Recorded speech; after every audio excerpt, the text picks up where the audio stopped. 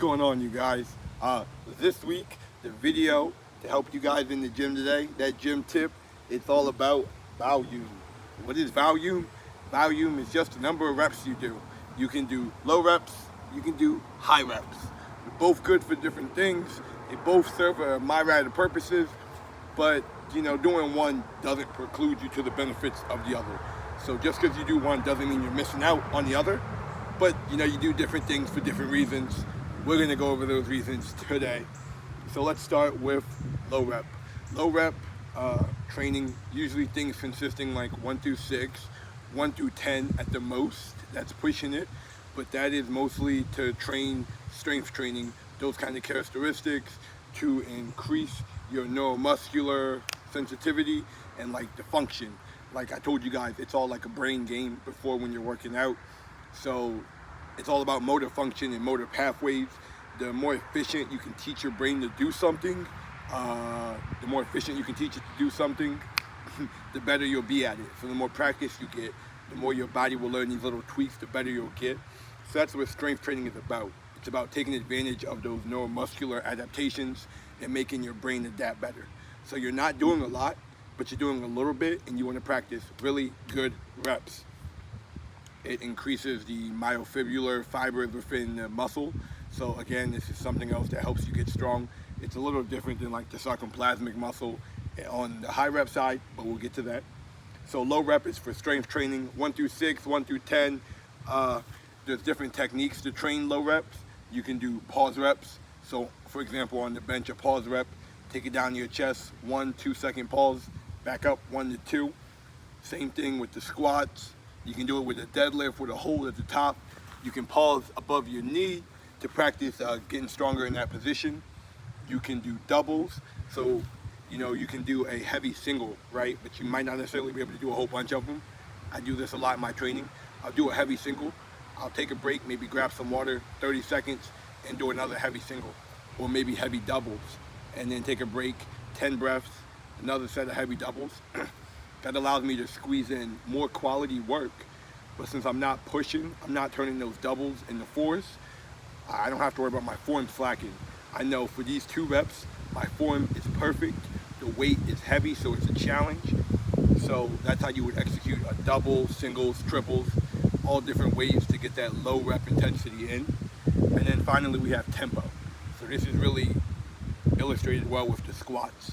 When you're squatting, if you do a 1, 2, 3 pause second down, that count lets you hone in on those weak points, feel a tension, and it's really nice way to get in tension without doing a pause rep, without doing doubles. You just slow your rep down. You can even add a pause at the bottom, and then you have that same count back up. So you're still feeling the tension, but unlike a pause rep, you're feeling it longer at different points throughout the exercise, so it can be more beneficial depending on your goals. So we're going to flip to the other side. For high reps, we got things mostly above 10. So we're talking anywhere from 10 to 30 reps. That's effective high rep training. That is known as hypertrophy training. That is to make your muscles bigger. So low rep is make you stronger. This is mostly going to make you bigger. There is a little bit of overlap in between, so don't get too caught up on it. But this is the difference. While this increases the neuromuscular, this is the sarcoplasmic muscle, it increases the size of the muscle. It makes the muscle swell and inflames and makes it larger. High rep training is very fun in my opinion. It's where you really get to feel a burn. The burn is all those chemicals from the muscle tearing, the lactic acid, the metabolites, those growth chemicals. That's what that burn is. So it's a good feeling. It's stimulation. So you don't really get that with low rep training because you're just practicing different qualities. Like I said, that motor pathway. Different folks, different strokes though. But if you want to get some high rep training in, here are 3 techniques to try. You can try pyramid sets.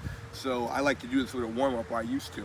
So I start with the bar, add on 45, do a couple reps till I can't anymore, add on some more 45 to 225, do some more reps. Keep adding weight and doing reps until you can't. This is the top of your pyramid. You just went up. Now you go back down. So you might attack that top weight one more time, drop the weight, lower it, more reps. Drop the weight, lower it, more reps. This is that pyramid set. You can do it with the bench. I love to do it. That's how I got this popping chest. You can do it with the squats. What are the pyramid sets? You can't really do it with the deadlifts. The deadlifts are kind of unique. They're a very motor efficient exercise, and so you don't want to practice bad motor patterns. So you don't want to do a ton of reps. I'm learning, so I'm going to tell you guys. You don't want to do a ton of reps on the deadlift, but maybe on an RDL, so a deadlift variation, it could be very helpful to do pyramid sets. Unless you get a lot of reps in a short amount of time, and because you're dropping the weight, it gets easier, but it gets harder because you're doing more reps. But dropping the weight lets you compensate. You can do drop sets. So very similar to a pyramid set, but with a drop set, you don't build up.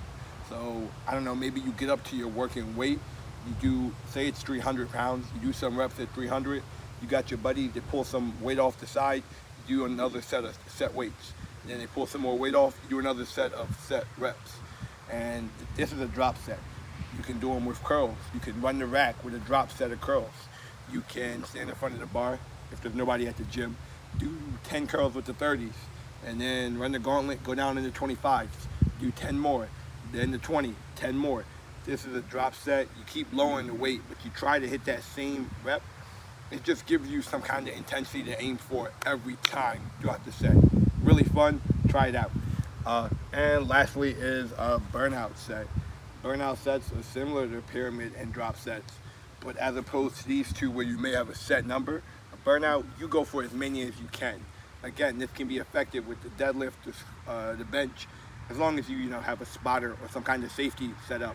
Because a burnout, you're supposed to go to failure, so you shouldn't be able to really get that last rep by yourself. It should be the biggest struggle of the week. And so make sure you have the safety precautions in place, the rack set up, whatever, just so you don't get hurt, because we want to train well, but we want to avoid injuries. So here are a couple of techniques to get in some high rep training, and here's a couple for strength training.